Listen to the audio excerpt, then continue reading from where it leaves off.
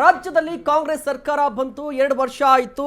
ಆರಂಭದಲ್ಲಿ 2023 ರಾಜ್ಯ ವಿಧಾನಸಭಾ ಚುನಾವಣೆಯ ಸಂದರ್ಭದಲ್ಲಿ ಬದಲಾವಣೆಗಾಗಿ ಕಾಂಗ್ರೆಸ್ ಅನ್ನು ತನ್ನಿ ಅನ್ನುವ ಕ್ಯಾಂಪೇನ್ ಅನ್ನು ಕಾಂಗ್ರೆಸ್ ಪಕ್ಷ ಮಾಡಿತ್ತು.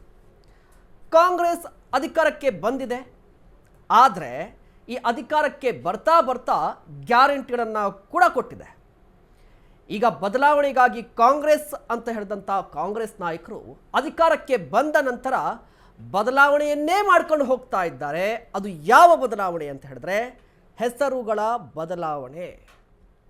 ಹಾಗಾದರೆ ಕಾಂಗ್ರೆಸ್ ಪಕ್ಷದ ಗ್ಯಾರಂಟಿನ ಈ ಹೆಸರುಗಳ ಬದಲಾವಣೆ ಈಗಾಗಲೇ 5 ಗ್ಯಾರಂಟಿ ಕೊಟ್ಟಿದ್ದಾರೆ. ಗೃಹಲಕ್ಷ್ಮಿ, ಗೃಹಜ್ಯೋತಿ, ಅನ್ನಭಾಗ್ಯ, ಯುವ ನಿಧಿ, ಈಗ 5 ಗ್ಯಾರಂಟಿಗಳನ್ನು ಕೊಟ್ಟಿದ್ದಾರೆ. ಶಕ್ತಿ ಯೋಜನೆ ಕೊಟ್ಟಿದ್ದಾರೆ. 5 ಗ್ಯಾರಂಟಿಯ ಹೊರತುಪಡಿಸಿ 6ನೇ ಗ್ಯಾರಂಟಿ ಏನಾದರೂ ಕೊಟ್ಟಿದ್ದಾರಾ ಈ ಹೆಸರುಗಳ ಬದಲಾವಣೆ ಅಂತ ಹೇಳಿ? ಯಾಕೆ ಅಂತ ಹೇಳಿದ್ರೆ ನೋಡಿ, ಆರಂಭದಲ್ಲಿ ರಾಮನಗರ ಜಿಲ್ಲೆಯನ್ನು ಬೆಂಗಳೂರು ಸೌತ್ ಅಂತ ಮಾಡಿದ್ರು. ಸಾಕಷ್ಟು ವಿರೋಧ ವ್ಯಕ್ತವಾಯಿತು. ಬಿಜೆಪಿ ನಾಯಕರು ವಿರೋಧವನ್ನು ವ್ಯಕ್ತಪಡಿಸಿದ್ರು, JDSನವರು ವಿರೋಧವನ್ನು ವ್ಯಕ್ತಪಡಿಸಿದ್ರು. ಆದರೂ ಕೂಡ ಡಿ ಕೆ ಶಿವಕುಮಾರ್ ಅವರು ಹೇಳಿದ್ರು ಇಲ್ಲ, ನಾವು ಮಾಡೇ ಮಾಡ್ತೀವಿ ಅಂತ ಹೇಳಿ ಕೊನೆಗೆ ಬೆಂಗಳೂರು ಸೌತ್ ಅಂತ ಮಾಡಿದ್ರು. ಅದಾದ ಬಳಿಕ BBMP ವಿಚಾರಕ್ಕೆ ಬಂದರು. BBMP ವಿಚಾರಕ್ಕೆ ಬಂದಂಥ ಸಂದರ್ಭದಲ್ಲಿ ಗ್ರೇಟರ್ ಬೆಂಗಳೂರು ಅಥಾರಿಟಿ, ಅದಕ್ಕೂ ಮೊದಲು ಬ್ರ್ಯಾಂಡ್ ಬೆಂಗಳೂರು ಮಾಡ್ತೀವಿ ಅಂತ ಹೇಳಿದ್ರು. ಬ್ರ್ಯಾಂಡ್ ಬೆಂಗಳೂರು ವಿಚಾರ ತಂದರು, ವಿರೋಧ ವ್ಯಕ್ತವಾಯಿತು. ಅದಾದ ನಂತರ ಗ್ರೇಟರ್ ಬೆಂಗಳೂರು ಮಾಡ್ತೀವಿ ಅಂತ ಹೇಳಿದ್ರು.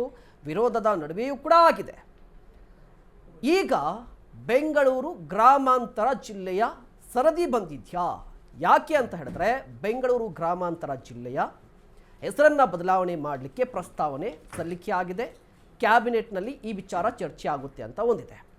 ಇದರ ಜೊತೆಗೆ ಡಾಕ್ಟರ್ ಜಿ ಪರಮೇಶ್ವರ್ ಅವರು ಒಂದು ಒತ್ತಾಯವನ್ನು, ಒಂದು ಮನವಿಯನ್ನು ಮಾಡಿಕೊಂಡಿದ್ದಾರೆ. ಏನು ಅಂತ ಹೇಳಿದ್ರೆ ತುಮಕೂರು ಜಿಲ್ಲೆಯನ್ನು ಮರುನಾಮಕರಣ ಮಾಡಿ ಬೇರೆ ಹೆಸರನ್ನು ಇಡೋಣ ಅಂತ ಹೇಳಿ. ಸೊ ಇದ್ಯಾಕೆ ಕಾಂಗ್ರೆಸ್ ಅಧಿಕಾರಕ್ಕೆ ಬಂದ ನಂತರ ಈ ಹೆಸರುಗಳ ಬದಲಾವಣೆಯ ಹೊಸ ಸಂಪ್ರದಾಯವನ್ನು ಯಾಕೆ ತರ್ತಾ ಇದ್ದಾರೆ? ಇದರಿಂದ ಏನಾದರೂ ಲಾಭ ಇದೆಯಾ? ಈಗಾಗಲೇ ಬೆಂಗಳೂರು ಸೌತ್ ಅಂತ ಆಗಿದೆ, ರಾಮನಗರ, ಇದರಿಂದ ಏನಾದರೂ ಲಾಭ ಇದೆಯಾ? ಈ ವಿಚಾರಕ್ಕೆ ಸಂಬಂಧಪಟ್ಟಂತೆ ಮಾತನಾಡ್ತಾ ಹೋಗ್ತೀನಿ. ಬಟ್ ಈ ಹೆಸರು ಬದಲಾವಣೆಗೆ ಸಂಬಂಧಪಟ್ಟಂತೆ ಒಂದಿಷ್ಟು ನಾಯಕರು ಮಾತನಾಡಿದ್ದಾರೆ, ನೋಡ್ಕೊಂಬನ್ನಿ. ಜಿಲ್ಲೆ ನಾವೆಲ್ಲ ಒತ್ತಾಯ ಮಾಡಿದ್ವಿ, ಬೆಂಗಳೂರು ಗ್ರಾಮಾಂತರ ಜಿಲ್ಲೆನ ದೇವನಹಳ್ಳಿ ಜಿಲ್ಲೆ ಅಂತ ಘೋಷಣೆ ಮಾಡಿ ಅಥವಾ ನ್ಯೂ ಬೆಂಗಳೂರು ಅಂತ ಘೋಷಣೆ ಮಾಡಿ ಅಂತ ಕೇಳಿದ್ವಿ. ಆಗ ಜಿಲ್ಲೆ ಹೆಸರು ಬಗ್ಗೆ ನೀವು ಯಾರೂ ಕೂಡ ಪ್ರಶ್ನೆ ಮಾಡಬೇಡಿ, ಬೆಂಗಳೂರು ಗ್ರಾಮಾಂತರ ಜಿಲ್ಲೆಗೆ ಉಳ್ಕೊಳ್ತದೆ. ಯಾವತ್ತೂ ಕೂಡ ಬೆಂಗಳೂರು ಗ್ರಾಮಾಂತರ ಜಿಲ್ಲೆಯನ್ನು ಬದಲಾವಣೆ ಮಾಡಲ್ಲ, ಹೆಸರನ್ನು ಬದಲಾವಣೆ ಮಾಡಲ್ಲ. ಕೇಂದ್ರ ಸ್ಥಾನವನ್ನು ದೇವನಹಳ್ಳಿಗೆ ಕೊಡ್ತೀವಿ. ಜಿಲ್ಲಾ ಕೇಂದ್ರ ಸ್ಥಾನವನ್ನು ದೇವನಹಳ್ಳಿಗೆ ಪಡ್ಕೊಂಡು ಈಗ ಜಿಲ್ಲಾಡಳಿತ ಭವನ ಬೀರಸಂದ್ರ ಚಪ್ರಕಲ್ ಕ್ರಾಸ್ ಅಲ್ಲಿ ಆಡಳಿತ ನಡೆಸ್ತಾ ಇದೆ.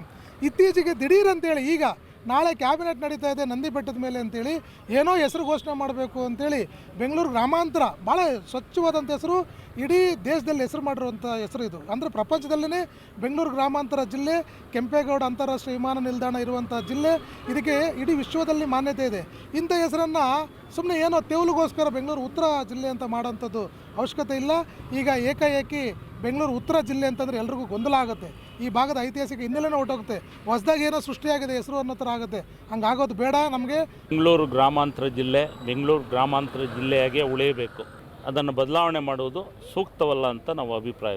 ಚೇಂಜ್ ಆದರೆ ಅದು ನಮ್ಮ ಏನು ಉತ್ತರ ಬೆಂಗಳೂರು ಗ್ರಾಮಾಂತರ ಜಿಲ್ಲೆಯ ಒಂದು ಇತಿಹಾಸನೇ ಅಳಿಸಿ ಹೋಗ್ತದೆ ಅಂತ ನಮ್ಮ ಅಭಿಪ್ರಾಯ. ತುರ್ತಾಗಿ ಈ ಥರ ನಿರ್ಧಾರ ತಗೊಳ್ಳೋದು ಸರಿಯಲ್ಲ ಅಂತ ನಮ್ಮ ಅಭಿಮತ. ಬೆಂಗಳೂರು ಗ್ರಾಮಾಂತರ ಜಿಲ್ಲೆಯಾಗೆ ಉಳಿಯಬೇಕು. ಅದನ್ನು ಬದಲಾವಣೆ ಮಾಡುವುದು ಸೂಕ್ತವಲ್ಲ ಅಂತ ನಾವು ಅಭಿಪ್ರಾಯ. ಚೇಂಜ್ ಆದರೆ ಅದು ನಮ್ಮ ಏನು ಉತ್ತರ ಬೆಂಗಳೂರು ಗ್ರಾಮಾಂತರ ಜಿಲ್ಲೆಯ ಒಂದು ಇತಿಹಾಸನೇ ಅಳಿಸಿ ಹೋಗ್ತದೆ ಅಂತ ನಮ್ಮ ಅಭಿಪ್ರಾಯ. ತುರ್ತಾಗಿ ಈ ಥರ ಕೇಳಿಸ್ಕೊಂಡ್ರಲ್ವಾ? ಬೆಂಗಳೂರು ಗ್ರಾಮಾಂತರ ಜಿಲ್ಲೆ, ಇದರ ಹೆಸರು ಬದಲಾವಣೆಗೆ ವಿರೋಧ ಇದೆ. ಯಾವ ಕಾರಣಕ್ಕಾಗಿ ಬೆಂಗಳೂರು ಗ್ರಾಮಾಂತರ ಜಿಲ್ಲೆಯ ಹೆಸರನ್ನು ಬದಲಾವಣೆ ಮಾಡಬೇಕು ಅನ್ನುವ ಪ್ರಶ್ನೆಯನ್ನು ಸಾರ್ವಜನಿಕರು ಕೇಳ್ತಾ ಇದ್ದಾರೆ. ಇದೇ ವಿಚಾರಕ್ಕೆ ಸಂಬಂಧಪಟ್ಟಂತೆ ಮಾತನಾಡ್ತಾ ಹೋಗ್ತೀನಿ.